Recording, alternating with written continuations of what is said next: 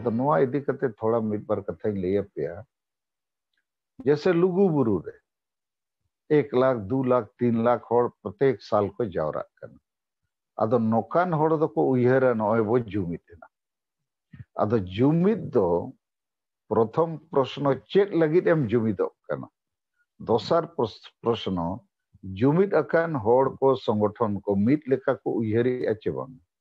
उनको मिद लेकाना टारगेट मेना अच्छे बांग यदि जेते होड़ा टारगेट भेगार गया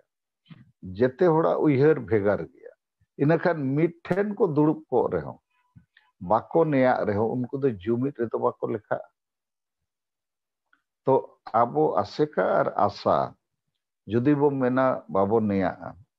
इनखान नोडे नो विश्लेषण लगतिया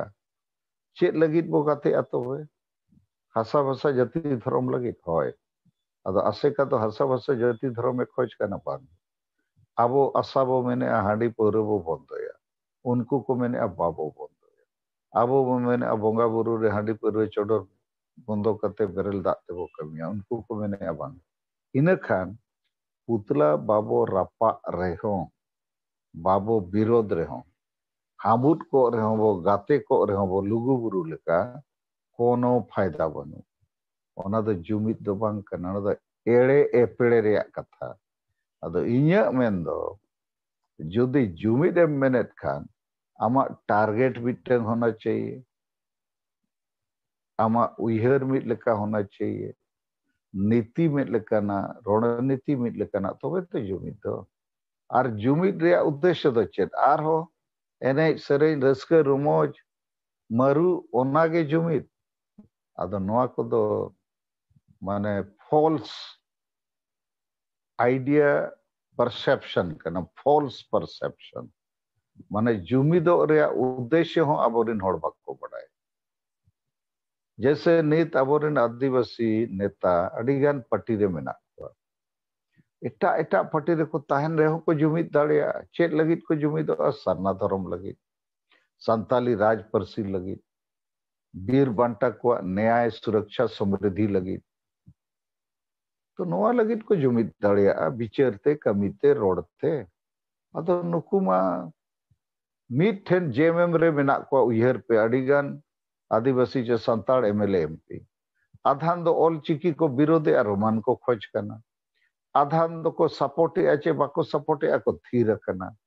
तो जेएमएम रे उन ढेर एमएलए एमपी आदिवासी मेना को मंत्री मुख्यमंत्री आधान दो ऑल चिकी विरोध को होंडे उना पार्टी रे आधान दो कोंदा कुंदी लेका को थीर रखना आर को सपोर्ट हो बाको सपोर्ट इनका नुकु दो चेड मेनता को मिट पार्टी रे मेना को दो जेएमएम रे एमएलए एमपी लेकिन उयहर भेगार भेगार कमी भेगार भेगार इनखान मिट पार्टी रिन होड़ हो जुमिद बनु कोआ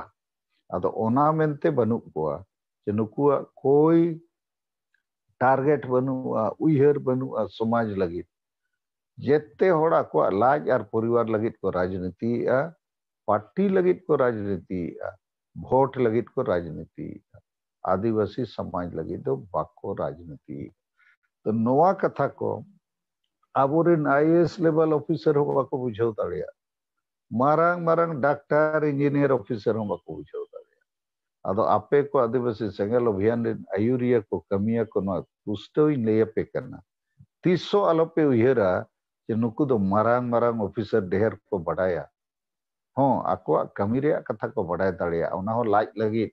समाज लगी दो बांगे मिद धाव मिटंग इंजीनियर राहुल केला रे मितें कना ओना 15 साल माड़ांग रे कथा इन मेता कना यारे अबो धर्म बचाव दरकार चे बांग मेना को होय ओना दो ठीकु गया हुना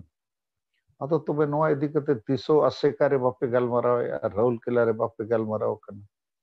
अतो को मेनेया गोमके आलेमा इंजीनियर ले पढ़ाव का धर्म मा पले पढ़ाव का ओनाते ढेर कथा बाले बड़ा अदुñ मेताव कना इन हो धर्म दो बई पढ़ाव का